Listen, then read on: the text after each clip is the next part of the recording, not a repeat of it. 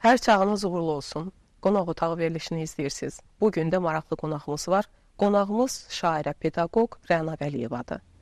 Xoş gəlmisiniz Rəna müəllimə. Çox sağ olun. Rəna müəllimə, biz sizi uzun illərdir pedaqoq kimi, bir müəllimə kimi tanıyırıq. Amma bugün bizim qarşımızda bir şairə kimi əyləşmisiniz. Şairliyin tarixi nə vaxtdan başlayır sizin ömür yolunuzda? Hələ kiçik yaşlarımda ikən xırda cızmağa yazılar eləyərdim. Ancaq onları hamıdan gizlədərdim.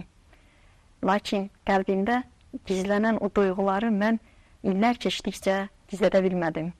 Və Mirzə Əkbər Sabir adına texnikumuna qəbul olanda bu duyğularımı bir daha açdım və tələbə yoldaşlarıma dedim. Onlar da sevinə-sevinə bunu qəbul elədilər və mənə sifarişlər verməyə başladılar ki, bizə də şeirlər yaz, bizi də vəsf elə.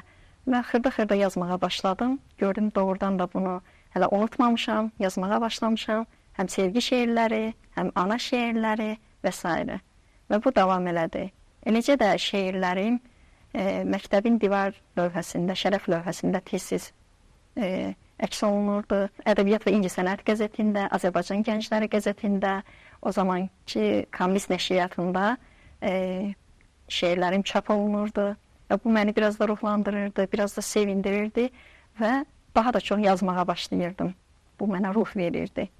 Sonra artıq mən işləməyə başlayanda deməli, elə bir vaxtda təsadüf olundu ki, 90-cı ildə müharibə illərinə düşdü və 92-ci illər, eyni zamanda 2020-ci illər və bu illərdə də mən artıq sevgi, şeirləri yox, vətən, şəhid, qəhrəmanlıq mövzusuna müraciət elədim və 20-ci ildə 27 sentyabrda başlanan bu müharibənin acı nəticələrini, acı fəsadlarını və qəhrəman oğullarımızın keçdiyi bütün döyüş yollarını öz şeirlərimdə əks etdirmişəm.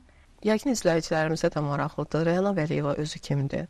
Necə bir ailədə dünyaya göz açıb? Necə bir ocaqda böyüyüb, boyatıb? Bu yaradıcılıq da sizdə yəqin ki, boş yerə deyil də. Yəni, düşünmürəm ki, ümumiyyətlə şairlərdə o yazıb yaratmaq həvəsi boşdan olsun.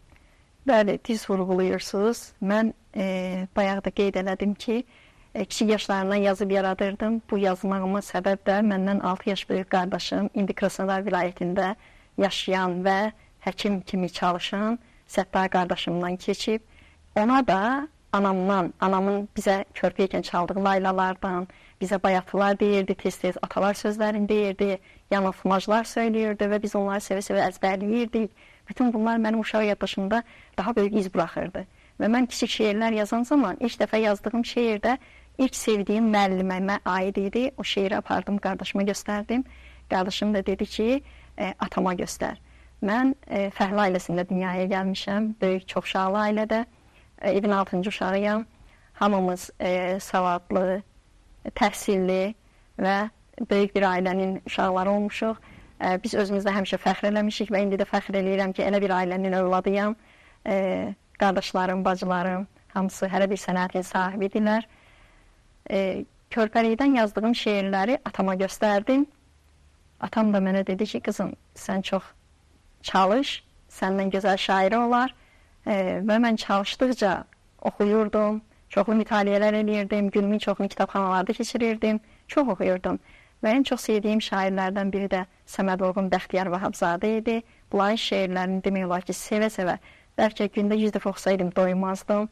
Və o şeirləri öz beynində həkk eləyəndə, özümdən ixtiyarsız olaraq yazı yazanda da onun şeirlərini deyirdim. Bəzən söhbət eləyəndə də olan şeirlərinə nümunələr gətirirdim yeri düşəndə. Bəzən olur ki, rəssamlar bir rəsm əsəri çəkəndə təbiətə üz tuturlar. Təbiət qoynunda daha onlara rahatdır hansısa rəsm əsərini ərsəyə gətirmək. Rəna müəllimə şeir yazanda daha çox harda olur və olduğu məkan nə qədər önəmlidir ondan ötəri? Əslində düz vurğulayırsınız. Mənim olduğum məkan evdir və ağacın altı, orada otururam, öz xüsusi yerim var. Oturub yazıram. Bəzən olur ki, səhər sübh tezdən namaza duranda onda yazıram. Bəzən də olur ki, heç aylarla yaza bilmirəm. Elə gün olub ki, 2 şeiri birdən tamamlamışam. Lakin şəhidlər haqqında yazdığım şeirləri isə onların valideynlərinin, qohum əqrabasının göndərdiyi Wikipediyalar əsasında yazmışam. Qalan şeirlər də öz saf duyğularımdır. Yəni bütün kitabda olanlar hamısı gördüyüm, eşitdiyim, bildiyim hadisələr haqqında yazılan şeirlərdir. Əslində gözəl bir məqama toxundunuz ki, gördüyünüz, eşitdiyiniz, şeirin gözəl olmağından ötürü əslində çox önəmli bir şeydir gördüyünüz. Və bir də deyirsiniz ki, eşitdiklərinizdən və o eşitdikləri bir də təsəvvür eləmək gücünün nə qədər güclü olması var. Ki siz onu öz gözlərinizlə görmüş kimi təsəvvür eləyəsiniz və onu köçürəsiniz. Yəni bu həm çox çətin olduğu qədər də çox ağırdır, elə düşünürəm. Deməli, burada 2-3 şeir var ki, bu kitabın içərisində bir naməlum məzar şeiridir. Biz 20-ci ilin payızında elə bil ki 8 noyabrda qələbə oldu. Biz həmin gün Şəhidlər Xiyabanına yığışdıq.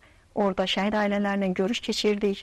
Orada da mən bir naməlum məzarın qarşısında dayandım və həmin anda beynimdə cərəyan edən duyğularımı gəlib evdə qələmə köçürdüm. Həmin naməlum məzar həmin zaman yazılan bir şeirdir. Çox ağrılı şeirdir. Hətta bir dəfə şagirdimə verdim ki, bu şeiri mənim üçün sən oxu, mən qulaq asım ki, necə yazılıb. Uşaq ağladı, oxuya bilmədi. Və mən özümdə göz yaşlarına qərq oldum. Düzdür, bu şəhid haqqında yazmaq çox ağırdır. Onların hissləri, onların duyğuları, Allah bir daha heç kimə övlad acısı, müharibə, itki göstərməsin. Yenə də mən hisslərdən danışmaq istəyirəm. İlk yazdığınız şeirdə keçirdiyiniz duyğularla illər keçdikcə ki, o duyğular dəyişir, təbii ki, şeirin məzmunu da dəyişir. Məsələn, əvvəl sevgidən, ətrafınızda gördüyünüz gözəlliklərdən yazırdınızsa, ana haqqında, doğmalarınız haqqında və tədricən mövzularınız dəyişdi. Bəs şair qəlbində hansı hisslər olur get-gedə? Alilik hissidirmi, bu mükəmməllikdir yoxsa nədir? Müharibə başlayanda artıq mən də boş dayana bilməzdim və istər televiziyada, ekran qarşısında oturub, istər rayonda gündə bir şəhidin ölüm xəbərinin eşidilməsi, gəlməsi məni də çox pis hala salırdı, duyğulandırırdı, özümə yer tapa bilmirdim və deyirdim ki, mən necə olsun ki, bu şəhid ailələrinə bir təsəlli olaraq kömək eləyim və o anda əlimə qələmi aldım və şeirlər yazmağa başladım. Sonra şəhid ailələrinə tanış oldum, öz şagirdlərimlə bir yerdə məktəbdən özümüz onların şəkilləri ilə, bayraqla evlərinə getdik. Demək olar ki, 40 şəhid ailəsini gəzmişik, istər Quba, Xaçmaz, Xızı və bu şeirlərdə də onları hamısını əks elətdirmişəm. Anaları ilə görüşəndə onların kədərli baxışlarını, göz yaşlarını mən indi də təsəvvür eləyin ki, onu da bilmirəm. Bu mənə çox ağır, çox pis təsir eləyirdi. Şeirlərimdə onları qələmə almışam, az da olsa onlara təsəllidir. Kitabın çap olunmasında mənə yardımcı olan Azərbaycan Dövlət Pedaqoji Universitetinin Quba filialının təbiət elmlərinin kafedra müdürü Şəxəmmət Seyid Məmmədova və Yazıçılar Birliyinin üzvü Afsar Tufandağlıya, bir də dənizçi şairimiz Səxavət Ənvəroğluna sonsuz təşəkkür edirəm. Onlar mənim həm mənəvi dayağım oldular, mənə düzgün yol göstərdilər və bu kitabın çapdan çıxmasına çox kömək elədilər. Və dediyim kimi, sizin ilk qələmə aldığınız şeirlər və bugün bir şəhid ömründən, şəhidlərimizdən yazdığınız şeirlər. Bugün sanki ürəyinizdə sizi ağrıdan hissləri köçürmüsünüz, özünüzün də qeyd elədiyiniz kimi. Əgər bu olaylar, sizi incidən hadisələr olmasaydı, siz şairliyinizi davam elətdirərdinizmi? Əlbəttə elətdirərdim, sözsüz. Mən başqa bir formada, başqa bir üslubda şeirlər yazardım, davam elətdirərdim. Sanıram ki, bəlkə də bunlar tamamilə başqa cür alınardı. Yəni belə bəlkə də yaxşı alınardı, bəlkə də bilmirəm. Artıq vətənimizin başına gələn bu müsibətlər, bu hadisələr hamısı məni bunların yazmağa məcbur elədi. Bəli, qeyd elədiniz ki, ailənizdə, qardaşınızın da marağı var idi belə yazı pozu işlərinə, şairliyə. Bəs doğulduğunuz torpaq nə qədər önəmlidir insanın belə bədii yaradıcılığının inkişafından ötəri? Qədim zəngin təbiətə malik Qubada və qədim Alpan kəndində dünyaya gəlmişəm. Qədim olduğu qədər də gözəl və zəngin təbiətə malikdir. Özünüz də bilirsiniz ki, Alpanın qədimliyi onun tarixi abidələri ilə, onun adının mənası ilə bağlıdır. Və burada dünyaya gəlmək əlbəttə mənim üçün bir xoşbəxtlikdir və orada yazıb yaratmaq, o kəndin adını ucaltmaq, bir insan kimi, bir şairə kimi, bir müəllimə kimi mən hər zaman fəxr edirəm ki, mən o kənddə dünyaya gəlmişəm, elə bir ailədə göz açmışam və mənim əlimdən qələm tutub yazdıran müəllimlərə, Allah bütün dünyasını dəyişən valideynlərə rəhmət eləsin, rəhmətlik atama, anama çox sağ ol deyirəm ki, məni bu ruhda böyüdüblər, şair ruhunda və incəsənət ruhunda.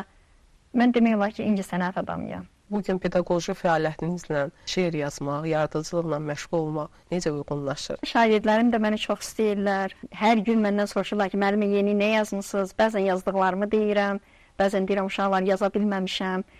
Bəzən yarımçıq saxladığım şeir olur. Uşaqlar mənə motivasiya verirlər. Bu məni ruhlandırır.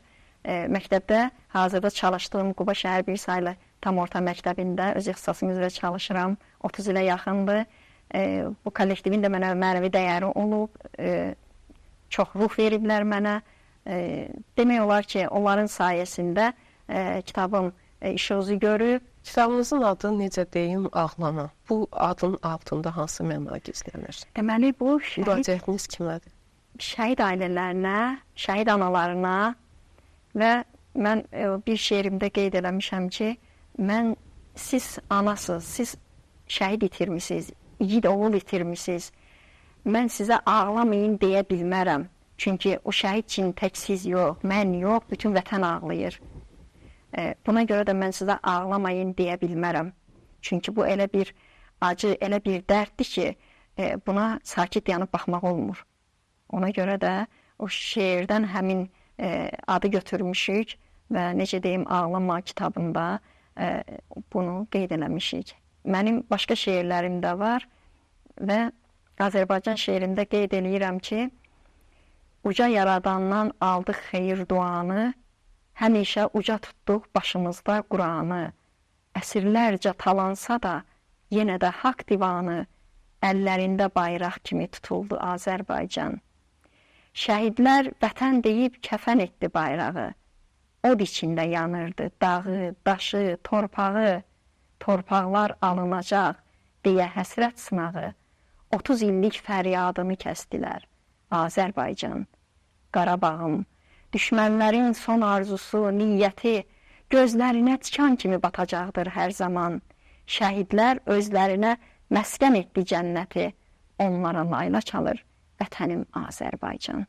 Və bu şeirimdə mən qəhrəman igid oğullarımızın şərəfinə yazdığım bir şeirdir və həmin oğulların sayəsində biz bugün yaşayırıq. Biz onlara bir ömür borcluyuq. Şəhid analarının, eləcə də şəhidlərin müqəddəs ruhları qarşısında mən dönə-dönə baş əyirəm. Biz onlara borcluyuq. Rəna müəllimə, daha çox şeirləriniz hansı vəzindədir? Mən hər üslubda şeir yazıram. Mən gördüyümü sadə formada təsvir edirəm. Bir də qeyd eləmişdiniz ki, sizin öz nəvələrinizdə aid şeirləriniz də var. Həmin o nəvələrinizdə yazdığınız şeirlər nə xarakter daşıyır? Öykü xarakterlidirmi? Və yaxud onları oxşamaq, əzizləmək mənasındadırmı? Və yaxud ana laylası kimidirmi? Həm eyib nəsihətdir, həm də ki, hər tərəfli. Mən onları cəmiyyətə layiqli bir övlad kimi böyüməsini çalışıram və orada da qeyd eləmişəm. İndi onlardan birini sizə oxusam, siz baxın, qulaq asın. Sevimli nəvəm Vəliyə. Gözümdə dəyişdi bu aləm yenə. Yeni bir çağ gəldi mənim ömrümə. Ürəkdən təbriklər deyirəm sənə. Allahım, sən qoru Vəli balamı. Atası sevinsin, anası gülsün. Nənə şadlıq etsin, baba öyünsün. Tanrı kaman versin, o da böyüsün. Allahım, sən qoru Vəli balamı. Ömrü tuş gəlməsin borana, qışa, ayağı dəyməsin heç zaman daşa. Gərəkli övlad ol, dosta, yoldaşa. Allahım, sən qoru Vəli balamı. Sən mənim körpəcə şeyda bülbülüm, çəməndə çiçəyim, bağçada gülüm. Sənə qurban olsun həyatım, ömrüm. Allahım, sən qoru Vəli balamı. Nə qədər şirinsən, dadlı, məzəli. Sən oğul balamın ilki, əzəli. Baldan da şirindir, şirin sözləri. Allahım, sən qoru Vəli balamı. İncə təbəssümü taydı dünyaya. Şıltalığı sevinc verir hamıya. Şükürlər edirik biz də Tanrıya. Allahım, sən qoru Vəli balamı. Tanrı bütün balaları qorusun. Amin ilahi. Hamısına Allah can sağlığı versin. Ata-anaları Atalarla böyüsünlər. Bu günə qədər yazıb yaratdığınız şeirlərdən sizə ən doğması, ən çox sevdiyiniz, hansı ki daha çox hisslərinizi bağışlamısınız? Bəlkə də o mövzu üzərində günlərlə fikirləşmisiniz ki, misraları gəlsin, tökülsün. Hansı şeir? Ata şeiridir. Bir də böyük nəvəm Turana yazdığım şeirdir. Deməli, ata şeiri sevilə-sevilə uşaqların dilində əzbərdir şagirdlərimin. Deyirlər, mən də indi istəyirsiniz, lazımdırsa bu şeiri deyim sizə. Ata şeirini istəyərək oxuyasınız. Övladı yolunda çox zəhmət çəkən, övlada dayaqdır ata olan kəs. Ömrü boyu çörək üçün tər tökən, ata zəhmətini unutmaz heç kəs. Hər zaman səsinə səs verər ata, nə zaman səsləsən çətində, darda, ağır gündə, ömür adlı qatarda, səbirlə yol gedən ürəkdir ata. Ay oğul, atana çıxaraq dönük, onu evdə sanma özünə bir yük. Qocalıb qəddini əysə də belə, yenə övlad üçün köməkdir ata. Heç kəs yaşamasın atasız kimi, dünyaya zinətdir, bəzəkdir ata. Çalışın, qırmayın qəlb adlı simi, həm evə, həm yurda gərəkdir ata. Heç vaxt söz qaytarma ataya acı, baxma heç nifrətlə, süzmə qıyğacı. Odur evimizin həm təxti tacı, övlada hər zaman gərəkdir ata. Çox gözəl şeirdir. Ürəyinizə, qələminizə sağlıq, Rəna müəllimə. Təşəkkür edirəm. Bu şeirləri yazdıqca, yəqin ki, yazdığınız şeirlərin hamısının şəhidlərimizə həsr elədiyiniz şeirləri şəhid valideynlərlə də görüşəndə oxuyursunuz. Onlar tərəfindən necə qarşılanır? Onlar mənə öz səmimi sözlərini deyirlər. Bəzən duyğularını ifadə edirlər. Həm göz yaşları ilə, həm də kədərli sözlərlə. Yəni, mən onları başa düşürəm. Övlad itkisidir, ağırdır. Allah bir daha onlara da, vətənimizə də acı itki, ağır kədər nəsib eləməsin. Həmişə uşaqlarımızın üzü gülsün, uşaqlar atasız böyüməsin. Əvvəlki yazdığınız vətən şeiri ilə torpaqlarımız azadlığına qovuşandan sonra yazdığınız vətən şeirləri arasında hansı fərqlər var? Yazdığım bütün şeirlərdə də vətəni birinci növbədə vəsf eləmişəm. Bu şeirlərimdə azadlığa qovuşan torpaqlarımız haqqında yazmışam, Şuşa haqqında yazmışam, bütün Qarabağ haqqında yazmışam. Düzdür, mən o yerləri görməsəm də artıq bir Azərbaycanlı kimi mən onları istər xəritədə, istər təhsil aldığım illərdə qrup yoldaşlarımın danışdığı mövzular, yadımda saxlayıb mövzuları, onlar haqqında yazmışam. Məsələn,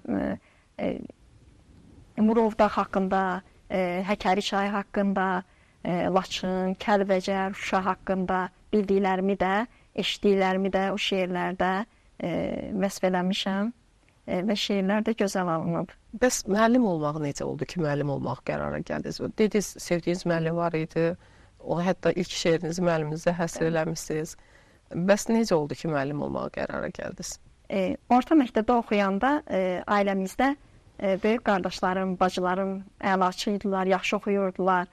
Hamısı öz sənətini seçmişdi. Məndən də soruşanda mən də deyirdim ki, mən müəllim olacağam.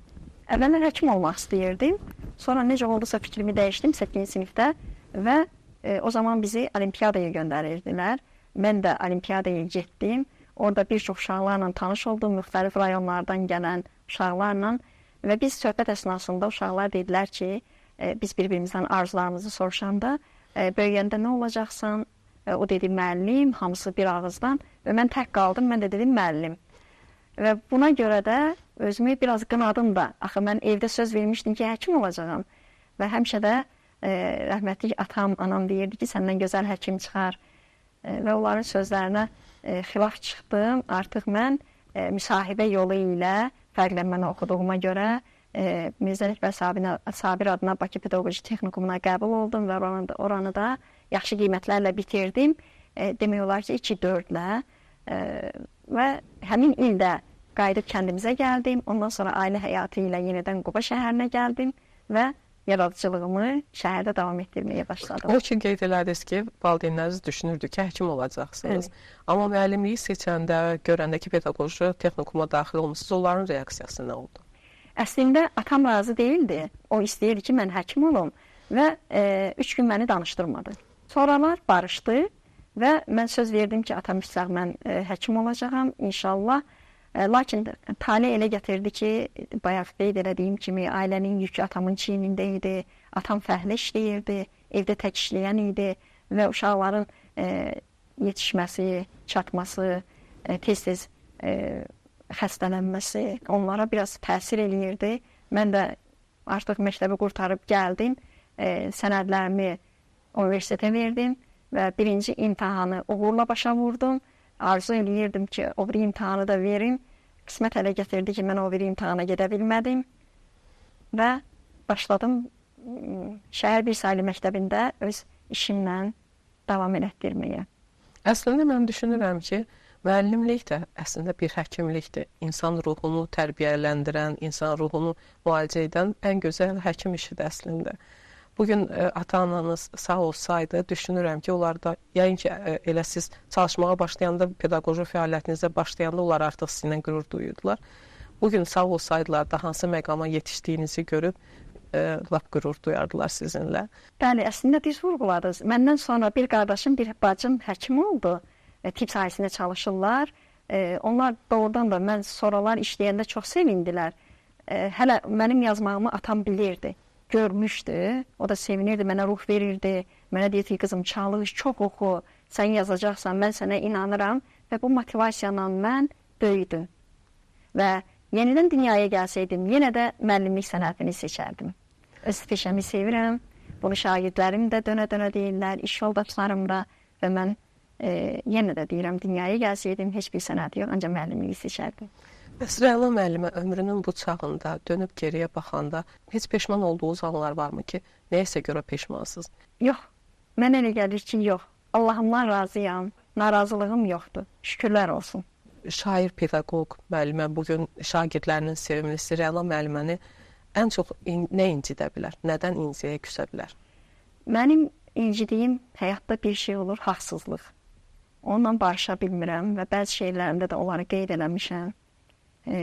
Haqsızlıqla heç zaman barışa bilmirəm. Bir də yalanı bağışlamıram. Bu iki şey mənim həyatımda ən önəmli vacib şeylərdən biridir.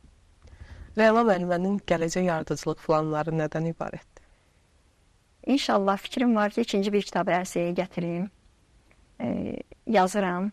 Hazırda 37-38 şeirim var. İnşallah çalışacağım ki, bundan sonra yazdığım şeirlər bədbin ruhlu olmasın, nikbin ruhlu olsun və bu şeirlərimdə də mən vətənimin azadlığını, vətənimin gözəlliyini tərənnüm eləyim, eləcə də uşaqlarımızın xoşbəxt böyüməsini tərənnüm eləyim.